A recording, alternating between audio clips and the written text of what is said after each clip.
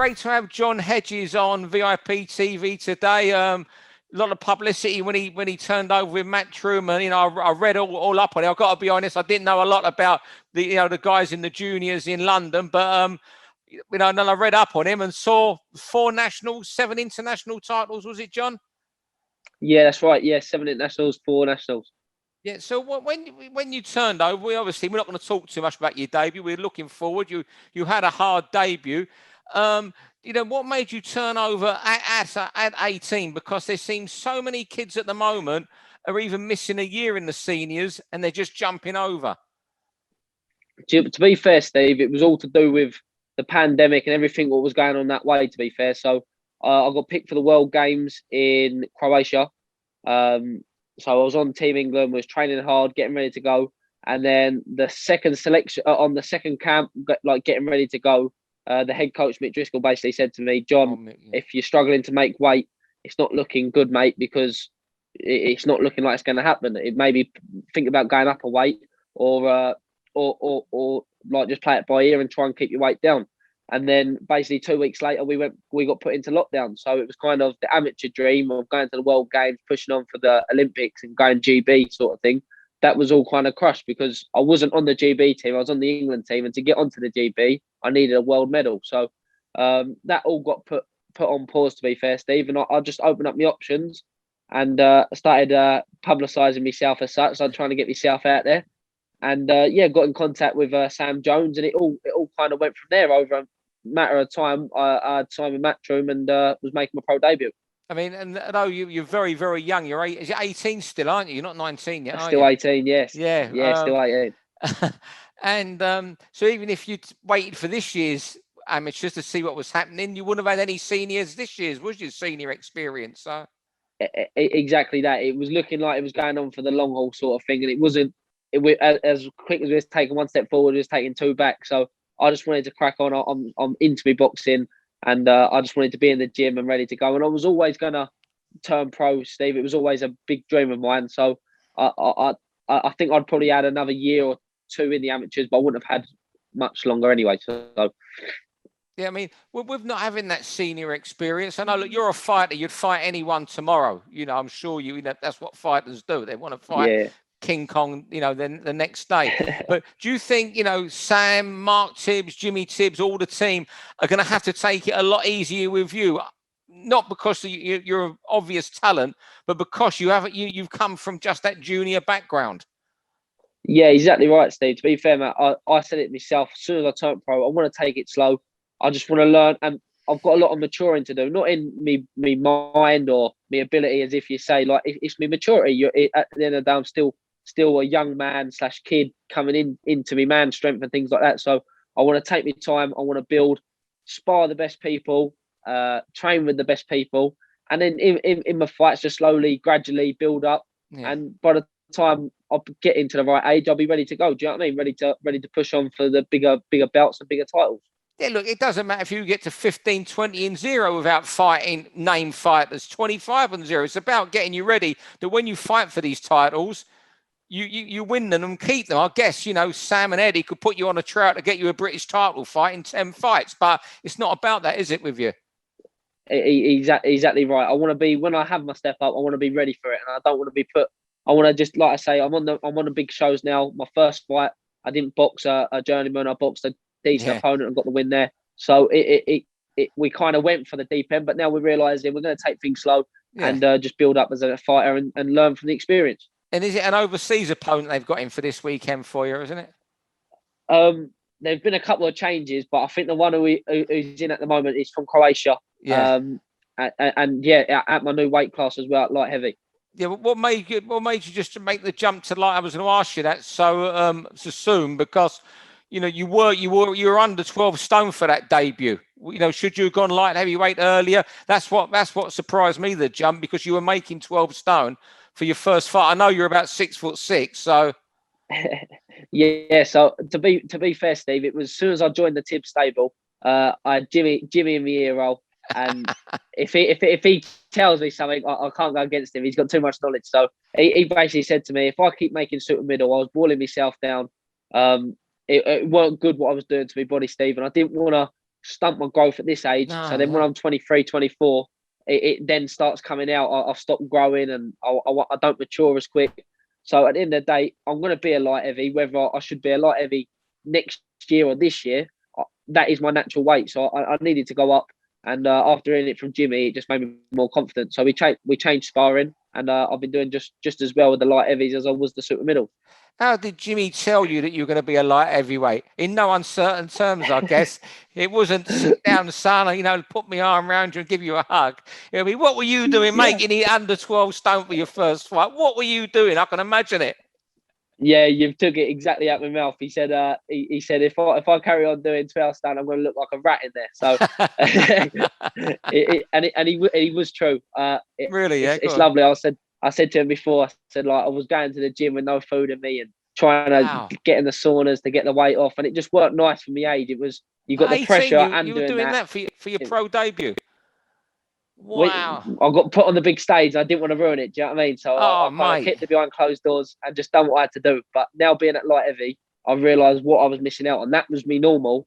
But now that's what I thought was normal, sorry. But now I'm seeing like how much better it is to be able to eat, being nourished, being fueled, feeling the strength and that. So yeah, I'm really enjoying my boxing. And it's going to take you, I guess, 2 years maybe to grow into this new weight, won't it? Exactly, Steve. Like I'm weighing above championship weight, obviously, because I ain't going to make it for this fight here. But I'm weighing comfortably. So in the next couple of years, I'm going to start ripping up, getting a man strength, looking like a man, and that's the plan anyway. So we're just training hard. Yeah. Do you feel at 18 that being a professional, a lot of guys turn over at 18 and more so than ever at the moment, but you're under the spotlight. You're with Matchroom. Sam's really good at getting his fighters publicity. You're a good-looking kid. You sell yourself well. Whereas other guys are turning over 18, not noticing so much. So they maybe can get away with things in life. Are you missing things in growing up, like going out with your mates, going out in your cars with girlfriends? Are you missing out on a lot of things at 17? Could you suddenly go bananas at 25, 26, do you think? Yeah, a lot of people have said that, but to be fair, I'm lucky enough. I've got a lovely girlfriend. I'm quite settled already. I've got a good family around me. Good people.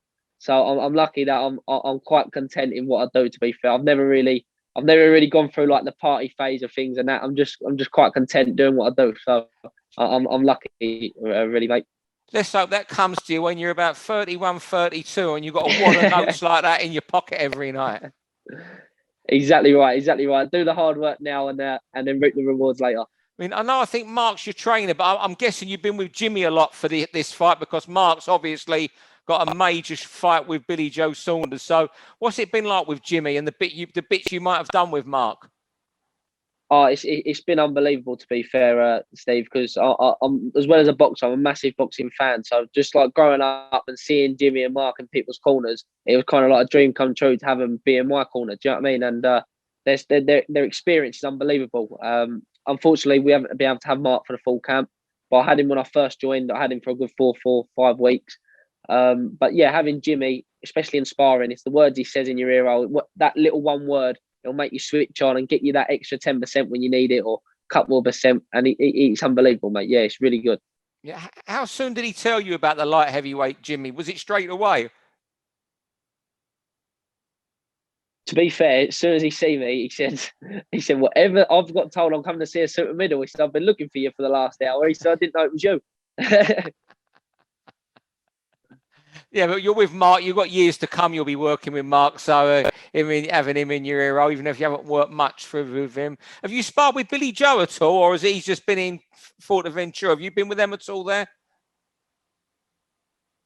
Yeah, so when I first joined, it was before they flew out there. I didn't spar him, but done a lot of tech work with him. So in the ring, doing a lot of shadow boxing.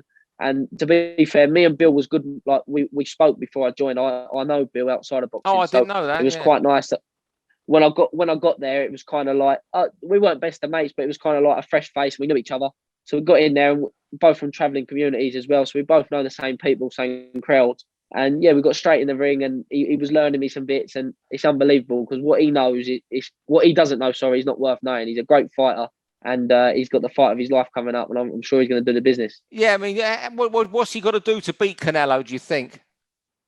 he's just got to do like Bill does. To be fair, we was talking. Like, I was talking with Mark not long ago. Just he's got the boxing brain better than anybody, I believe, in boxing. His boxing ability is next level. He's just got to take his strength and do what he does best, not get drawn into a fight.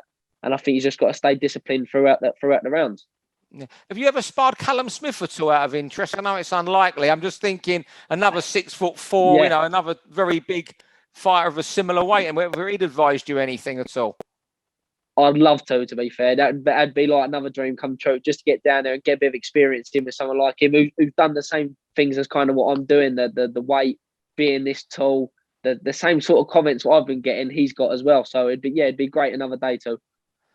And before we let you go, what is it? You're in the bubble for a night now till they let you out tomorrow. What do you do when you're in that room for 24 hours? Because I think you're the sort of fella who loves people around. I mean, this is the first time I've spoken to you, but you come across as a sort of guy who loves people around, who might love people around him all the time.